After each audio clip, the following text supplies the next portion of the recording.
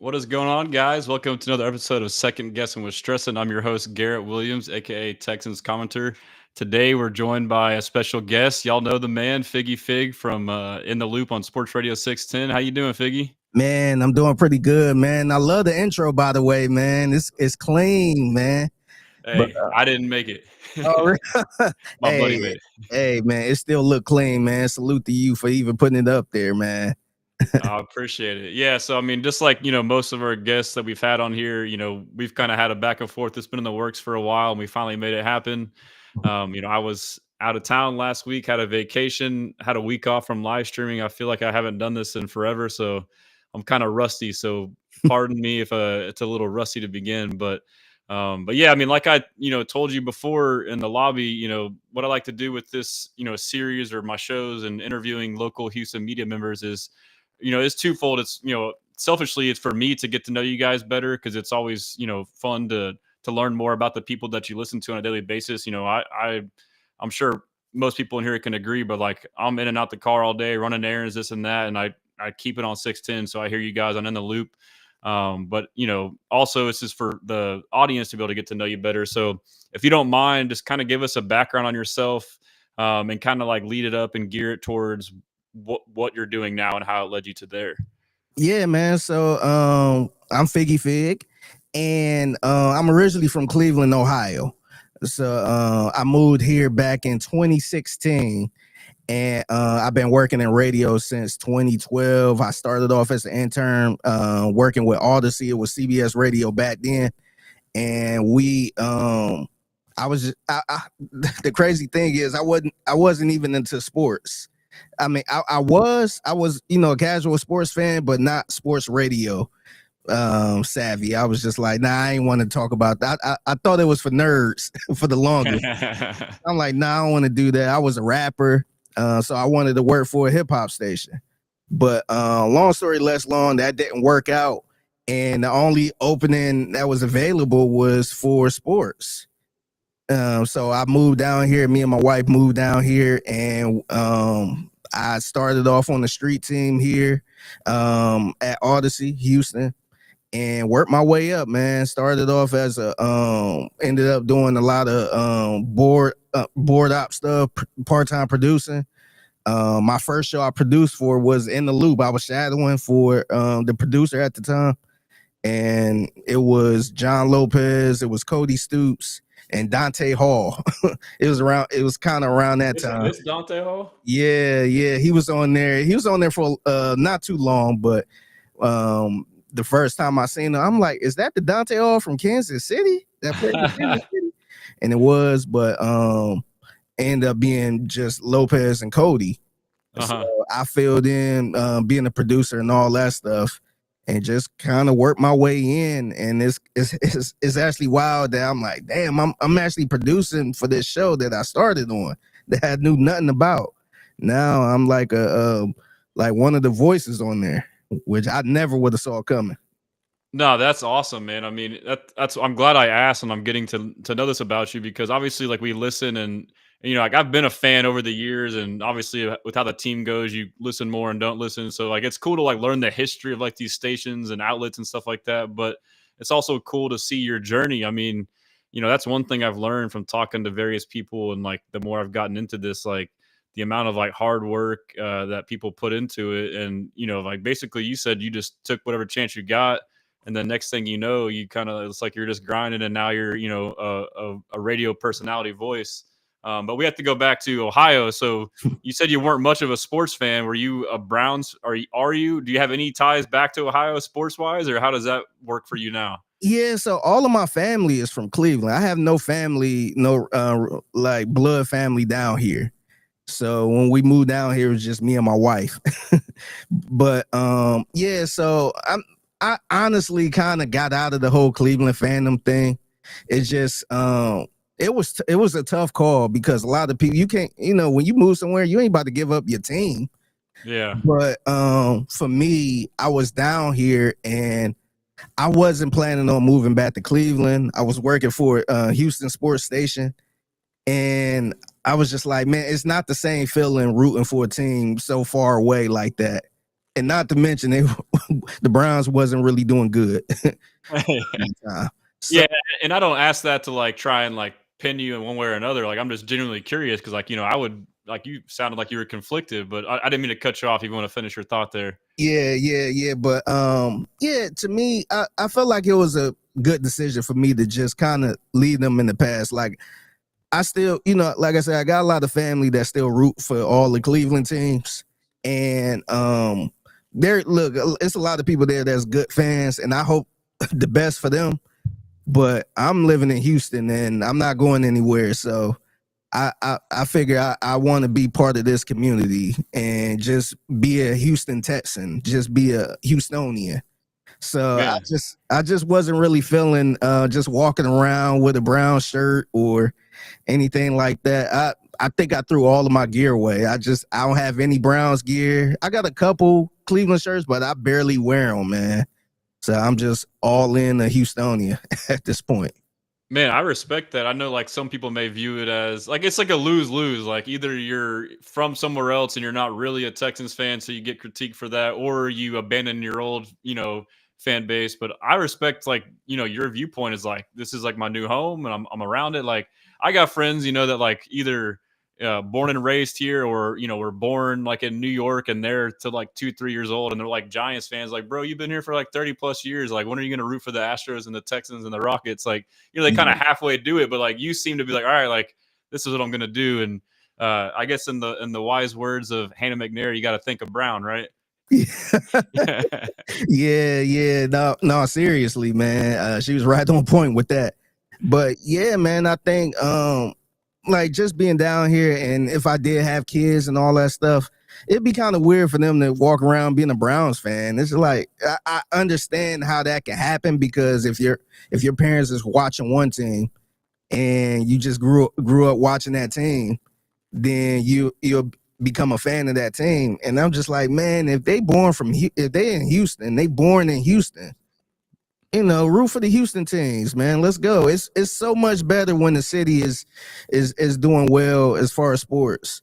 And I want to make sure I'm a part of that, man. Yeah, and then like also too, like another element is like as your job is covering the team, so like your job would be much more enjoyable if you actually like enjoyed the team rather than like rooting against them. So, Yeah. also too, with that being said, like what was your feelings for the playoff game with the Browns? Like obviously you had already kind of like put back your fandom. Was there a little bit of like feeling bad, or if not, also too like what was it like with the family? A lot of banter going on with that. Yeah, I actually got crushed by my family before the game, because I was working the game. I think I did some tailgates and all that stuff. And I had my Houston jacket that I wear a lot. It got all the Houston things on it. I made it. It got like Whataburger on it. It got a whole bunch of Texan stuff on it, Rockets and all that stuff. So I was representing the city, and I took a picture and I sent it to my family. And so they was calling me traitors and all that stuff. I'm like, man, like, first of all, I work for the team pretty much. I got a credential, so I can't walk around in brown stuff in a Texans credential. That don't make any sense. But I got the last laugh pretty much. No, I mean, again, like I love it, dude. Like, some people can look at it like you calling you a traitor, but I mean, like if you're gonna do it, be all in. And like I got mad respect for that. And like and like that's like a topic too. Like obviously with the Texans, being somewhat of a new franchise, the youngest franchise, and having that gap with the Oilers being gone. A lot of transplants in Houston from all over the world, and whether whether we'll allow people back on the bandwagon, so to speak. Like I know a lot of Cowboys fans aren't really from like they're from Houston. Like my take is like the more the merrier. So I Yeah, know some people are against that, but like like, and I get it too. Like winning cures all, and like I really think this fan base will take off with winning, man. I mean. I'm sure, like you mentioned too, it kind of helped with your decision. I know the Texans weren't probably world beaters at the time, but the Browns weren't great, so I'm sure yeah, that was a big factor. But yeah. Texans on 3 podcast, shout out those guys. They said, "What up, Stressins?" They asked Figgy, "Do you still do music?" I was going to ask you that as well. So I guess a little bit knew about that, but just a little bit more on the rapping background, and then if you still do it, just kind of elaborate on that if you don't mind. Yeah, so I was rapping when I was in Cleveland. I was working with a producer there, local producer, and I was kind of making a little noise in the city. And this was around 2014, 2015. So I had a lot of stuff going. Actually, before that, my first show I used to record in my house. So right now, I pretty much built a studio in my house. I could record in here if I wanted to. But the first show I ever did and the first artist I ever opened up for was a young and up and coming Machine Gun Kelly. So Wow. it was in a small bar, and we kind of grew up around the same area. Actually, I gotta tell you this story. Let's hear it. It's a crazy story. So this is during the MySpace days, and I want to say this was maybe around 07, 08, somewhere around there. Might have been a little earlier than that. And around that time, a lot of people I was trying to come up with a name for myself. And a lot of people would use like a famous drug dealer name, like a Frank Lucas or Pablo Escobar, stuff like that. Larry Hoover. Yeah, yeah. So there, it was a bunch of people making their MySpace like that. So I'm like, you know what? Let me, I started doing a little research, Googling, and I found out about this guy named Machine Gun Kelly, who was a guy back in the 1940s or maybe later than that, who used to rob banks with machine guns. So I'm like, you know what? I'm gonna make that my name. That's my name. My name is Machine Gun Kelly. And so I was going around as Machine Gun Kelly, and I ran across somebody's profile, MySpace profile as Machine Gun Kelly. I'm like, who is this white boy with my name? So I'm looking What? at his page. I'm like, man, and he rap too. So I was so pissed off. I was like ready to find him. I didn't know who he was at the time, and he was from Cleveland. So I'm like, oh no, this brother got my name. And eventually I thought about it. I'm like, man, the real Machine Gun Kelly is white. So it don't make no damn sense for me to go around as this white gangster guy. So I just kind of moved on, and then I ended up coming up with the name Jose Figueroa. I just kind of made it up, and that's where Figgy kind of came from. So to kind of fast forward to the producer I was working with, they started calling me Figueroa. I kind of dropped the Jose, and they started calling me Figueroa, and then they would call me Fig for short. And then eventually somebody started calling me Figgy, which I hated, by the way. I did not like that name because it was a little too close to Fergie. So they started calling me Figgy even more, to the point I couldn't even get away from it.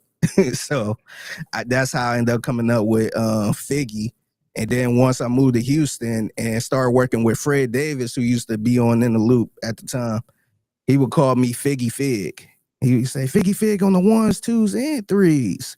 So that's how I ended up getting Figgy Fig. Fred Davis came up with Figgy Fig.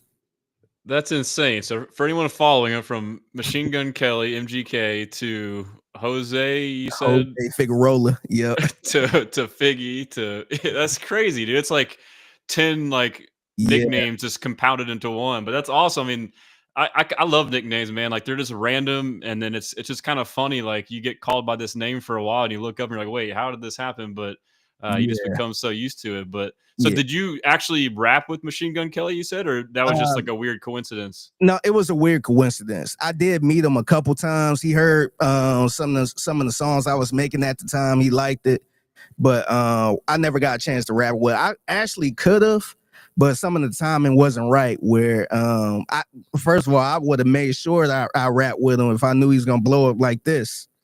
Yeah, But for sure. it was in the this is late 2000s. So everybody during that time was rapping. You ain't know who was gonna make it big like that.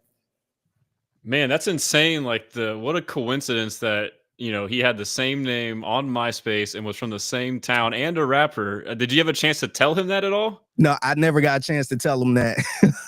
I was We going got to get this story out to him. That's crazy, dude. yeah. Like it was so funny because I was so pissed off. Like, man, he took my name. I swore up and down he took my name, man. He probably didn't. He probably never seen me before or seen my MySpace before. So it was just No, we need to go after him and get some money, bro. I know. I mean, he kind of owes you, because like if you would have stuck with it, like who knows, that could have like you could have forced him to change his name, and then all of a sudden, he doesn't become who he is. Yeah, yeah. I will say it fit better on him. Yeah, for sure. He looked more like a MGK than I do. For sure. That's wild, man. Yeah. Yeah, so Texans on 3 who asked, that's Frank Nitti. I don't know if you know those guys, but he's a producer. And he actually he produced Nitti, remind me in the comments. There's a really famous song like back when he was like a teenager. And so you got to link up with him if you still do music. Those guys are awesome, but Frank's my guy. Okay. Shout Yeah. out some other guys in the chat: Forever Royal, BG, Brandon. We got all the usual suspects: Houston Texan sports fan, Texan tangents. But Yeah. yeah, man, I it's do. I haven't recorded anything in a long time. I always talk about like, man, once I get my studio set up, I'm gonna record some stuff, just kind of mess around. But I haven't done it yet. It's been a minute, but I might do something just to kind of throw it out there. But I think my rapper days is over, man. yeah. I'm sure it's like one of those things too. Like once you like get so far removed from it, like it feels foreign to you to an extent. But Yeah. maybe like, have you ever thought about like making like a Texan song? Yeah, I thought about it. A couple people told me about it, but it's so tough making like a team song, man, because there's so much turnover from the team, and it's hard to even name drop players, man, because I think about some of the guys that did a Texas song last year, and most of these guys are not on the team anymore, man. Like I feel bad for people who name drop Stephon Diggs. And he only played a couple games, man. So that part right there is tough. But I did do a parody song when I first got here. When I first started producing, I did a parody song about Brock Osweiler, and that's when he first got traded. He ended up getting traded to the Browns, ironically. That's And hilarious. yeah, so I made a funny parody song about that. And I think it first played on In the Loop with Cody played. Shout out to Cody Stoops. He ended up playing it. And I think people was expecting it to not be just kind of funny and goofy. But once I got into the verse, they were like, man, he's actually rapping on here. Like, this is really good. And the PD at the time, Ryan McCredden, was like, that's the best parody song I ever heard in my life. I'm That's like, awesome. I'm like, what? I just kind of threw that together, man. I wrote it in like 5 or 10 minutes. I was just kind of messing around on there, but he said it was the best parody song he ever heard. Well, we need some more, man. Damn. Yeah. And is it like on YouTube right now? I want to check it out. I think it is. You could probably search. You could probably search it on there. I'll send you the link. I'll probably tweet the link out too. Or if you want to, I could pull it up right now. We could check it Really? out. Let me If see. you want to, I mean, Yeah, I think it is on here. I actually think I I got. mean, we don't have to if you don't want to. I Oh mean, no, I was you just can. thinking we could mix it up. Just Yeah, sometimes we're I think I posted the actual video from In the Loop when they played it, their reaction to it. So I think that's it is awesome. on here. Yeah. Yeah, and Brock Osweiler, man. So I went to the Denver game in Denver when we had Brock, Mm, and I will never forget. Like, I was one of the fans, like drinking the Kool Aid, like thought he was the man, like like he's gonna lead us to the Super Bowl because he played those 2-3 games and he balled out, and like we thought he was the truth of the super small sample size. But we found out pretty quick, like 5, 6, 7 games in, like all right, this guy is not it. But the Denver fans were just like, y'all guys are idiots. Like y'all paid all that money for him. He sucks. We knew he sucked, which, they may have said that in hindsight, but I'll never forget one of the fans was calling him broccoli ass wiper, and I just was laughing my ass off, bro. oh, And man. so every time I hear his name, I think of broccoli ass wiper. Yeah, yeah. It's funny because when I first got here, this was what 2016. So that's when I think that was around the time he got signed. Yeah. And I just remember people being super excited about him. And I'm like, really? Because I remember the playoff run and them getting to the Super Bowl, winning the Super Bowl and all that stuff. But I didn't think he was that good to the point it's like we got our franchise quarterback type thing. And it wasn't until I got here and I'm like, oh, like I guess he is the new hot chick right here. And I think it was like a Sunday night game where he beat Brady or something, and it like just stuck in our, memory of like he's elite. Did you want to play this video or no? We don't, I see you sent it in the chat. We don't have Yeah, to. yeah, I found the video. It's actually the reaction. You will hear the video, but you also see Cody Stoops. Okay, yeah. Shout out Cody. Yeah, yeah. You can play. You can do whatever you want, man. I don't mind. All right, yeah. I figure we mix it up. Like, normally I'm kind of like somewhat structured, but I feel like this would be like as long as you're cool with it. Like Yeah, we're kind of just hanging out. yeah. Um, okay, let me see if I can share my screen real quick. We're about to hear Figgy Fig's musical talents right here. Let's see. John Lopez, live from the Men's Club of Houston Sports Look Desk. how This skinny is Cody Houston's look, man. sports leader, Sports Radio 610. The world premiere of the new Damn, Cody. Brock Osweiler song coming your way here in a few moments. We will discuss exactly who deserves the yeoman's all this for Trade them. Your price is way too high, we had to trade you. Your price is way too high, we had to trade you. Bye bye. Trade them, trade them, trade them, trade them. Okay. Trade them, trade them, trade them, trade them. Your numbers way too low, we had to trade you. Your numbers way too low, we had to trade you. Sorry, Brock, but you got to go. Get your stuff, get up out the door. You was cool when you started though, now you gotta go. Vamonos, stats falling like dominoes. Passes wasn't even kinda close. Couldn't run, you was kinda slow. Rob Houston for a lot of dough. Tall guy with a big fail. Sean Bradley of the NFL. Yeah. Too easy, wasn't hard to tell when you threw a fumble, man. What the hell? Got traded to the Cleveland Browns. They don't even want you around. Homeboy, yeah, you a clown. Got shipped out of H-Town. H-Town. Damn, Figgy. We need more of this, bro. Thing that you're taught in the National Football League as a quarterback is, don't make a bad play worse. And I made a bad play worse. You can see in this background. You can see Landry Locker back here. Trade them. That's Landry. Yeah. Trade them. Trade them. Trade them. Dude, that's a banger. Your price is way too high. We had to trade you. Man, that's awesome, bro. You need to start doing more of that, man. I mean, like with Houston sports, I can only imagine you got like endless content of like stuff like that. But you even put in like a sample of his press conferences. That gave me PTSD, bro. His press conferences were the worst, dude. Between him and Bill O'Brien, dude. Oh man, it was bad, man. It was real bad. It was some rough times, man. Like every interview is like, we got to learn how to get in and out of the huddle and operate. It's like he was just saying the same stuff. I'm like, bro, it's week 8. Like, what are we doing?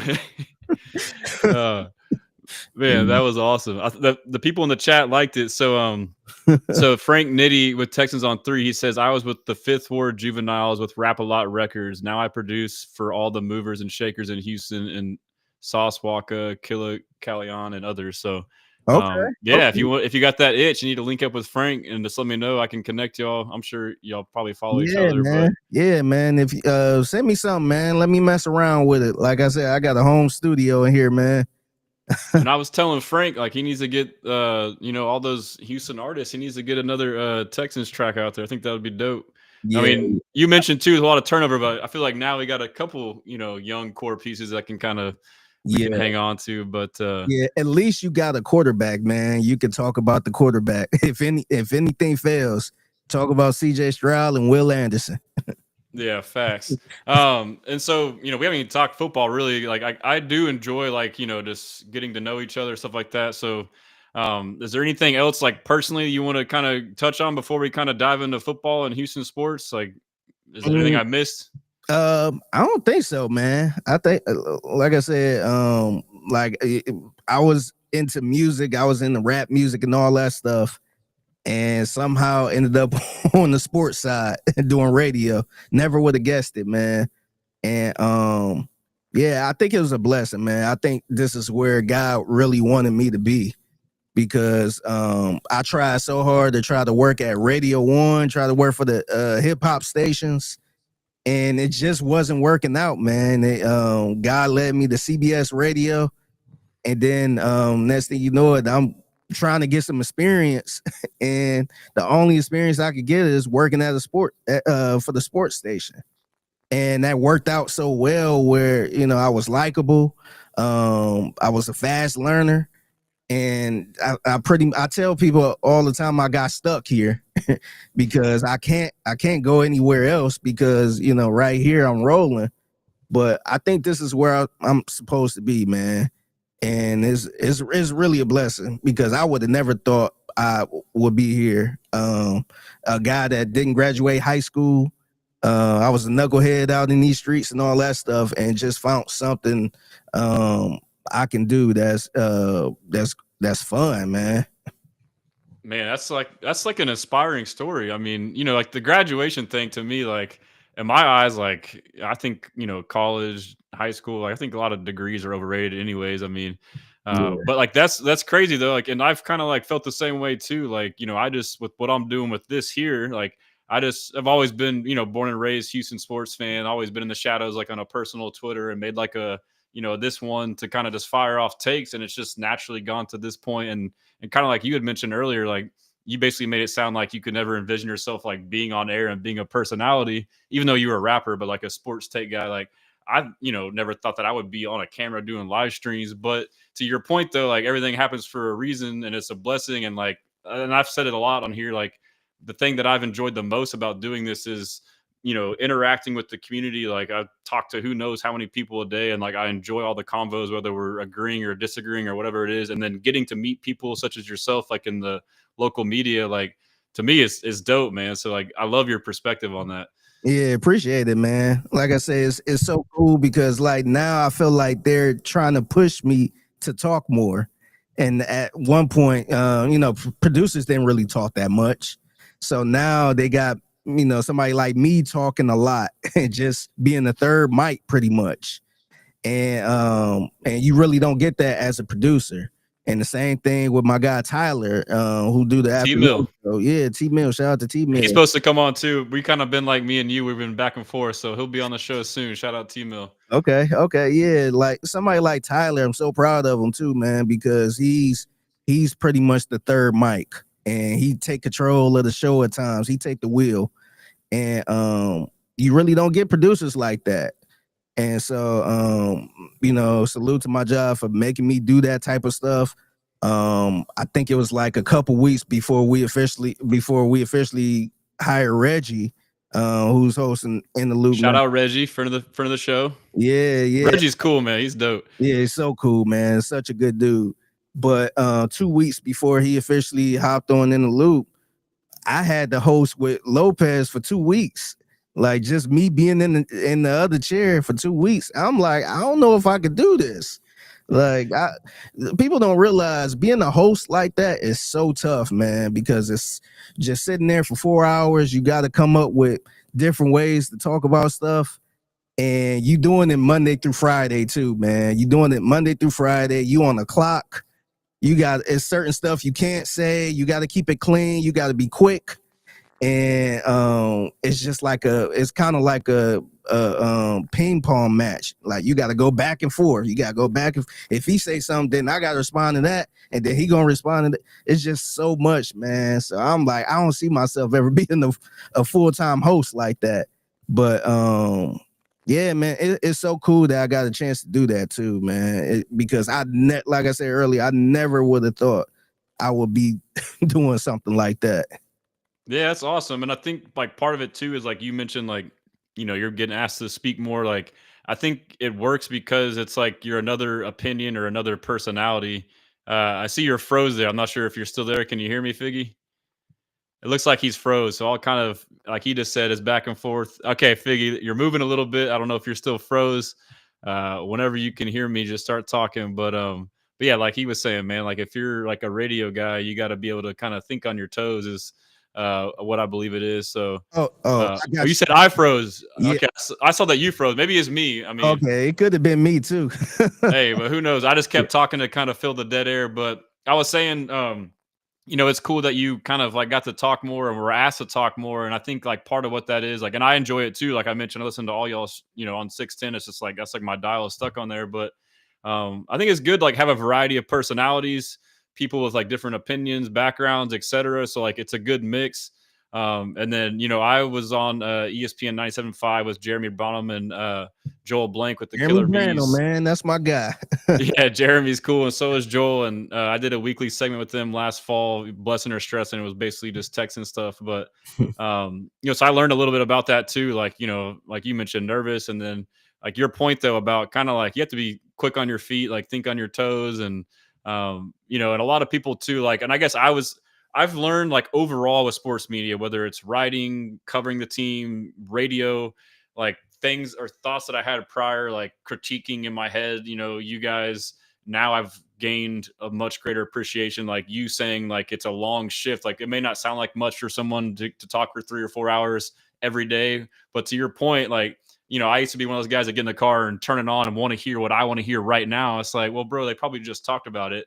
And I'm sure you also get that. People are like, what are y'all talking about? Like, of course, throughout the day, just like we're talking now, random combos happen. You could be talking about random stuff. So I've learned to kind of like realize, like, all right, dude, like they're there for 4 hours. Like, just because you're in the car for 5 minutes doesn't mean you're going to hear exactly the topic you want. So, and I think we're in a place where, if it's something you don't want to hear at the moment, it's cool to just turn away. It's cool to, if we talking about some rocket stuff and you're not really interested in the rocket stuff, it's cool to be like, you know what, I'll come back a little later after they finish. We don't want you to, but it's cool to do that. But it's tough because I feel like we're in a place where people get stuff on demand all the time.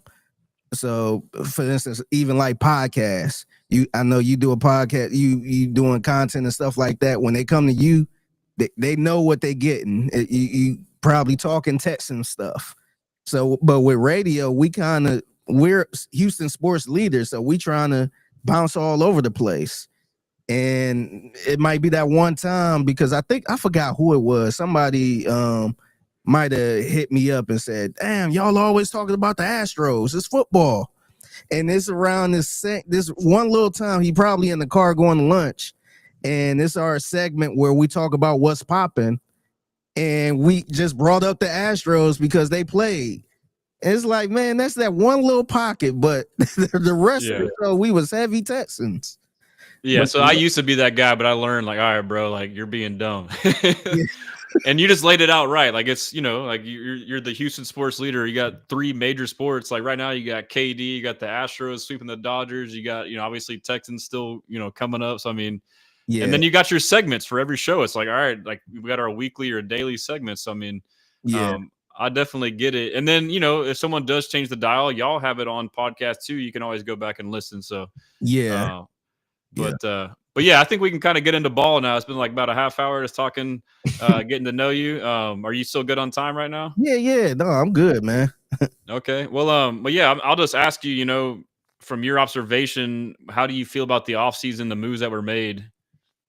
I think they had a pretty good offseason. I feel like it was kind of a maybe I would call it a wake up moment, because you got rid of one of your best offensive linemen. I don't care what nobody say. He was a good offensive lineman. I know we kind of, get irritated by the guy, but Laramie Tunsil was a good offensive lineman, and you got rid of him. And I think it's tough too, because you see a lot of lists pretty much ranking the Texans offense kind of in the middle of the pack, and you got people ranking the offensive line dead last.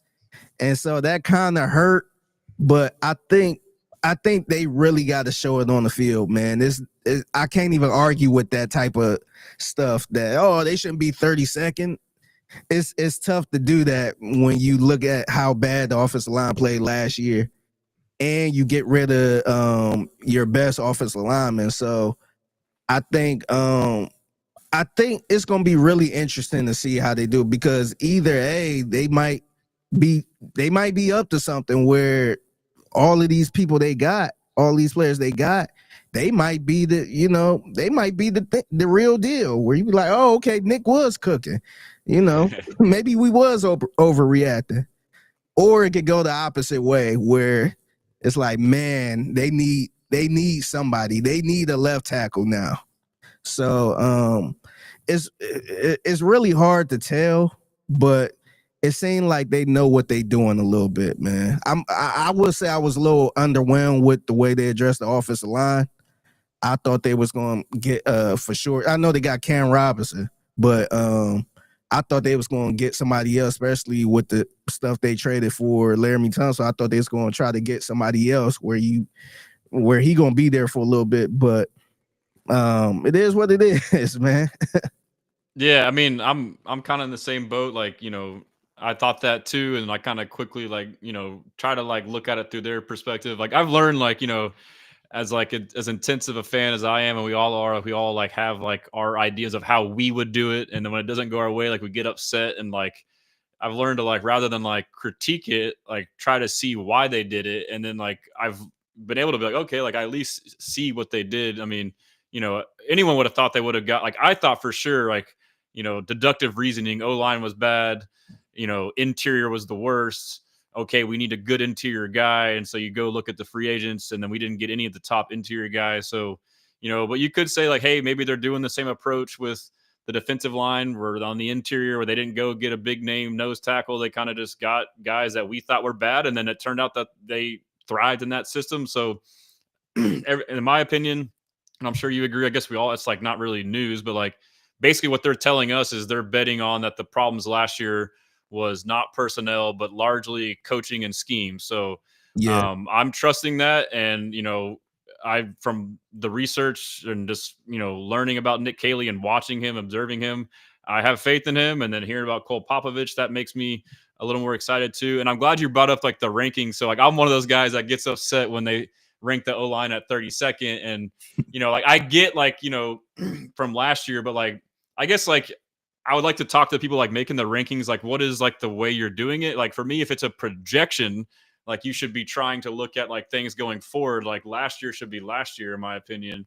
yeah, And like I get like the prove it thing. Like I still think they need to prove it, but I still don't think they're the 32nd ranked O line. Which we're in the middle of July, early July. We just got to have something to talk about. But yeah, someone said in the chat, I think the Nosh says that he says they'll be top 15. Book it. I think they can be. And but like, and when I bring up the arguments about coaching and scheme, and I really think that it was an indictment on Bobby Slowick and Chris Strouser. Some people like will counter like, oh, that's just hope and fairy dust, but like I really think it was that bad. So do you yeah. think fixing those two things can shore up the O line, and with that, could you see a world where the O line could be middle of the pack? Yeah, 100%, man, 100%. And I think they're gonna be pretty good too. It's just hard trying to explain that to somebody that's not in the mix. Like me and you could talk about this and say, oh, I wouldn't say that the room was toxic or anything like that, but I can say, oh, now they got these certain type of players. Now they got this offensive coordinator. Now they got this offensive line coach. So it's going to be better than it was last year, even without Laramie Tunsil. And I know Shaq Mason it was kind of over with for him, but it's hard to explain that to like a Mike Florio or somebody that's putting out all of these lists. They just looking at the Houston Texans last season, and they got rid of Laramie Tunsil and didn't really replace Laramie Tunsil with somebody better than him. So that's how they kind of looking at it. And it's hard to have that conversation. I feel like that's kind of like, you having issues with somebody in your house, and only y'all can have a conversation. Other people outside of the house won't get it.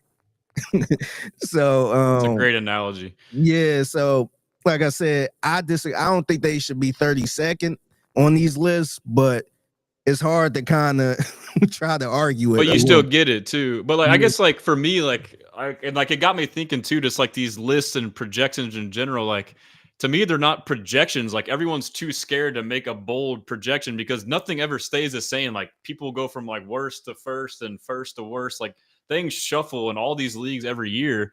But it yeah, feels like everyone's like too scared to make any kind of bold prediction. Like if someone were to say the Texans O line was like going to be 20th, they would get roasted for it. Oh, they were terrible last year. But like, yeah, but it's different, bro. Like, yeah, they like you mentioned, I mean, yeah, we lost LT, but like we also got rid of two of probably the worst linemen in all of football last year in the interior, which interior pressure to me is 1,000 times worse than exterior pressure. We saw it last year, like unabated up the middle, the play is dead. I mean, Shaq Mason and Kenyon Green, boom, like anybody immediately. I don't care what you think of these free agents, they have to be better. That's not to mention, the scheme coupled with it.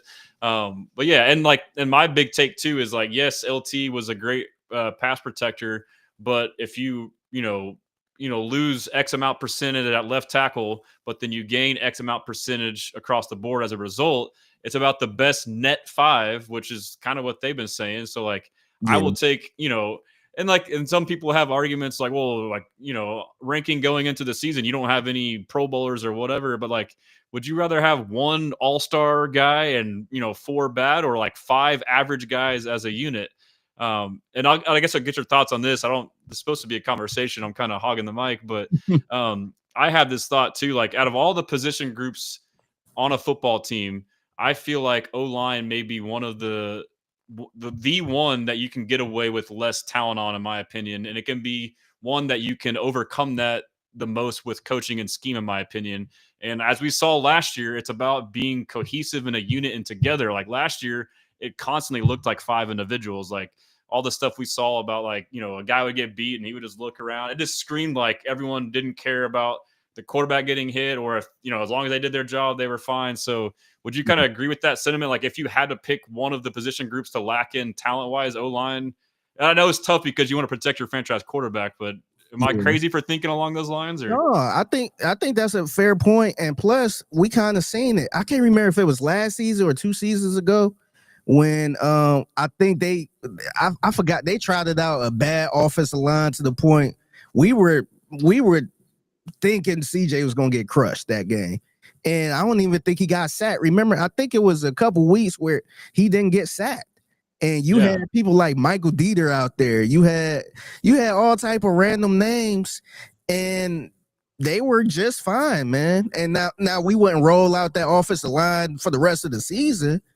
But to me, that kind of shows you that, I guess certain type of scheme and players, you necessarily don't need a Laramie Tunsil. I mean, it's good to have a Laramie Tunsil, but you might not necessarily need all of these Pro Bowlers on the team, man. So I think that's one of the things that kind of give me hope about this offensive line this year. Maybe they might be average or above average. That's all we need, bro. Yeah. But as long as CJ know what to do, give him a little time to make some plays, then you don't need a Laramie Tunsil. And that sounds crazy to say, but I agree. You don't need a Laramie Tunsil if you got some guys doing their jobs. Well, I think like the reason, like you said, like that was like even like the first year under Stroud, like, everyone got hurt and the O-line was like a makeshift O-line and they were pretty good. And so then we're all going into the next year, we're getting all of our starters back, and they're going to be way better, and they were way worse.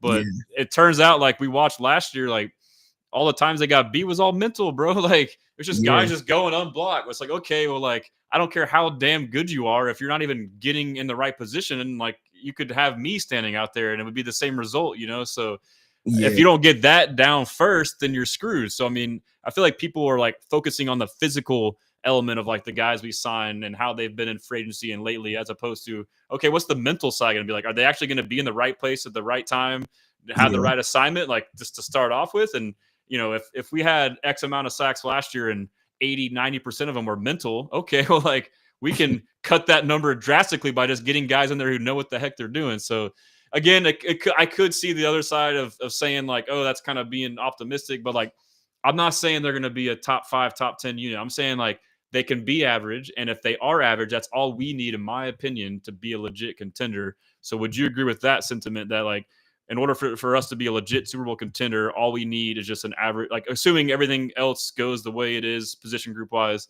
all we need is an average to slightly above average offensive line? Yeah, 100%. Look at the year the Bengals went to the Super Bowl. Their offensive line wasn't good. He was getting crushed, but they made it well enough to get them to the Super Bowl. Same thing with the Chiefs. I don't think the Chiefs I don't think they had a top 5 O-line. They did at points, but then they fell off hard. Yeah. I think they had to start paying people and all that stuff, so they had to make some moves. And I think that's why Nick Caserio, I think that's why he made the decision to kind of move on from Laramie Tunsil, because if the offensive line was good with paying you all of this money, I think it's a smarter decision to kind of move on and get some people in there that's not making this much money and maybe get a better result. I don't know. Or move that money elsewhere, you know? I mean, like, if the O-line is gonna be, like, this low anyways, you might as well allocate the funds somewhere else and try to overcome that deficiency, you know? Yeah, that's exactly what I think he was doing, man. Because, Yeah. like I said, Laramie Tunsil, he outside of the false starts and all that stuff, the penalties, he had a good year. Yep. But he is not the offensive line, man.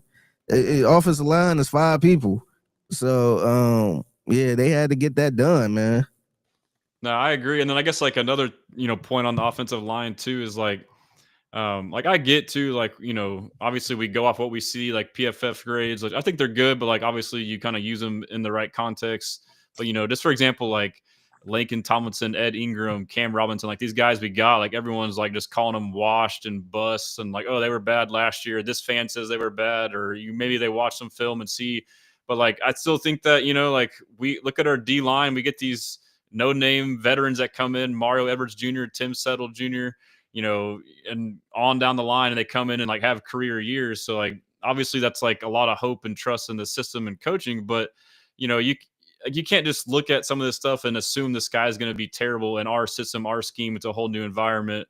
And then you couple that with the fact that we said O-line, you don't have to be a world beater.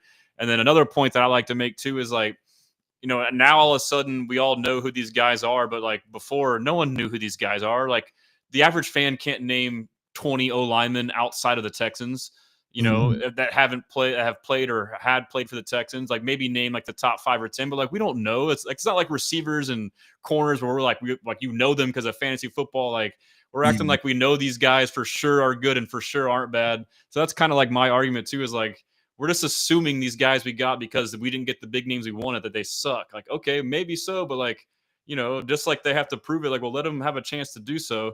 And then my last little part of my soliloquy on the offensive line would be just like, I mean, you look at like teams like the Patriots in the years past. I know they have like Slater and big name guys at tackle, but to me, that's kind of hindsight. Like they never were big O-line guys. Like how many offensive linemen can you name from the Patriots? Like they were a team or a unit, which is where Popovich was from, who got tutored by Dante Scarnecchia, who's like the best O-line coach in the history of the NFL. So that's like another point I kind of bring up too. But I don't know if you want to reply to any of that, but I just have a lot of thoughts on the O-line. Yeah, and even kind of like how the Patriots used to roll whenever one of them offensive linemen are looking to get paid, they say peace.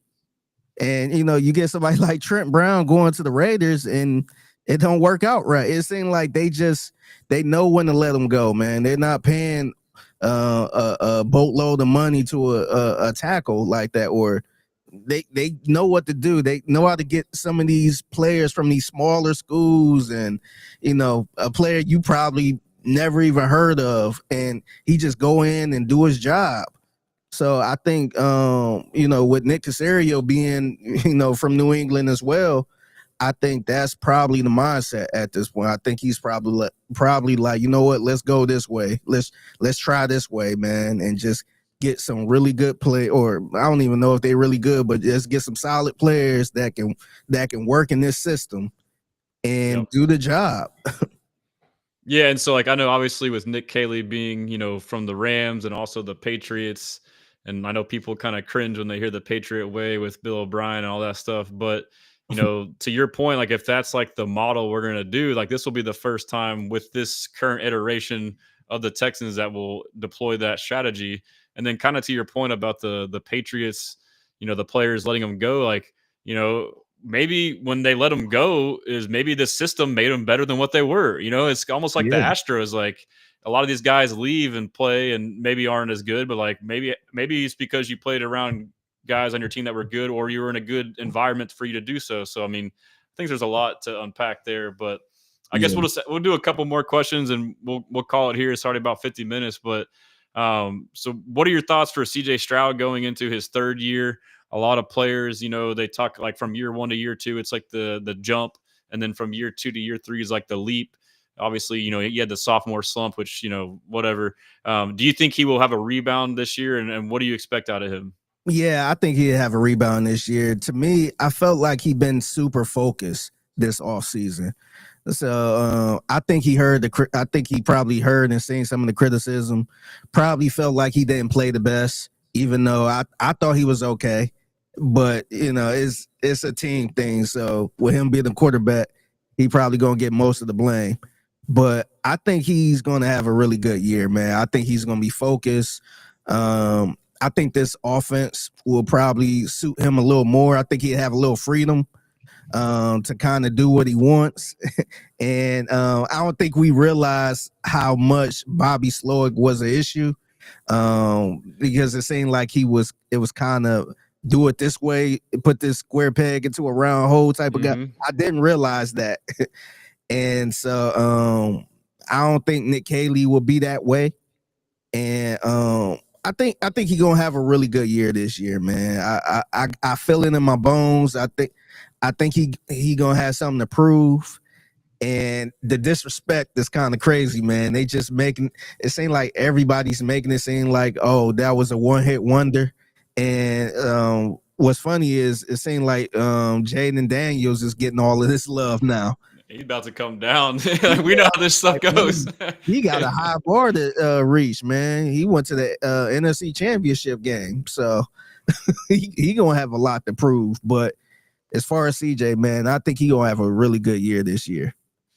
I'm happy to hear that, and I agree. And like, it kind of goes back to your point too. Like, like the national media, outsider, other fans, like, they are over criticizing because they don't know the environment. That just like the O-line, like we're thinking we better, like CJ would be better because we saw why he was bad. And if you break it down, it really, to me, was like actually an impressive year. Like the environment he was in, play calling, always in third and longs, always under pressure. We saw how Mahomes in the Super Bowl had one of the worst games ever with, a rate that was below the season average for Stroud. So like, if you kind of like put things into perspective like that, it changes it.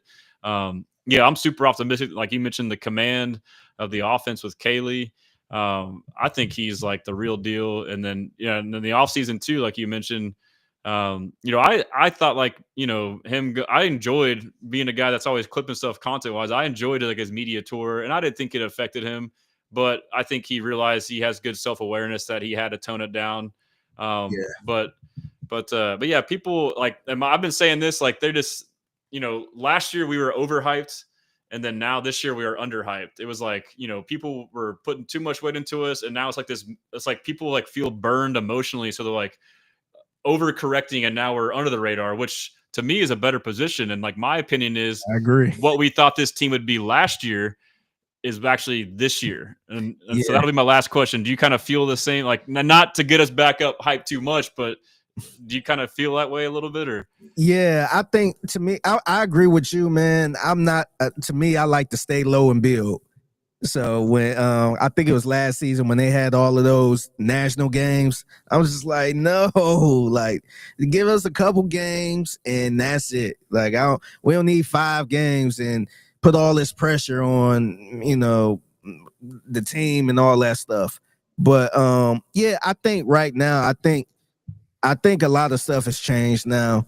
I think CJ Stroud, I agree with you. I don't think the media rounds affected anything on the field, but I think CJ is locked in this year. I think he like even some of the events he went to and I was around, he was just like wasn't in the mood to talk to the media about football. He was just, you could tell he was just kind of locked in and all that stuff. So yeah, I think we're gonna see a good CJ this year, man. He a competitor. that's awesome to hear. I mean, yeah, and so like obviously you're around him, but I feel like I got a pretty good grasp for his personality watching all these clips over the years. But to me, like, if you just listen to him talk, like I just know he's the truth. Like the way he talks, he's, football smart. I mean, yeah, he's got me hype, and that's why I'm so high on the Texans now and going forward. So, but yeah, that's all I got, man. I mean, it's been great talking to you. Obviously, you are the producer on In the Loop on Sports Radio 610, which is, I believe, is 10 to 2. Yep, 10 to 2. 10 to 2 with and I got my John segment, Lopez.